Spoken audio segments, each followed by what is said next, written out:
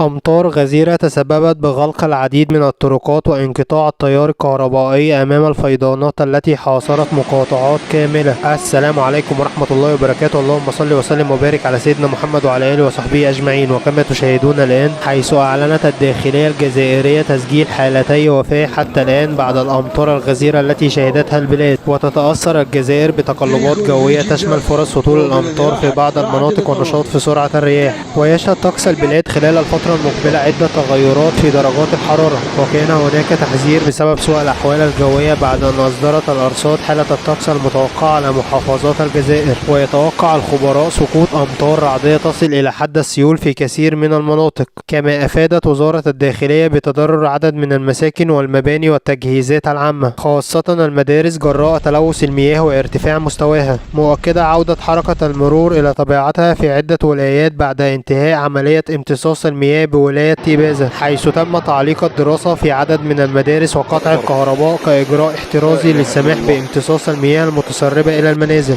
فيما تسببت الفيضانات في العاصمة الجزائرية في قطع طرقات سريعة وإغراق عدد من الأحياء بسبب انجراف الطرقات والسيارات، ما تسبب في زحمة مرور خانقة. ويتم الآن امتصاص مياه الأمطار داخل المنازل والسكنات إلى جانب بعض الأحياء السكنية والمنشآت العمومية والخاصة، إلى جانب العديد من الطرقات على مستوى بلديات دواودة وشعيبة وبوسماعيل، على أثر تسرب مياه الأمطار وارتفاع منسوب المياه. أما فيما يخص حالة الطرقات بالولاية، حيث أن الطريق الولائي رقم 58 الرابط بين الدواودة والبليدة مغلق، وكذا الطريق السريع بوسماعيل مغلق لحركة المرور إلى جانب الطريق الوطني رقم 11 على مستوى بلدية بوسماعيل، نتيجة تراكم المياه وعمليات فتحها متواصلة من طرف المصالح المختصة.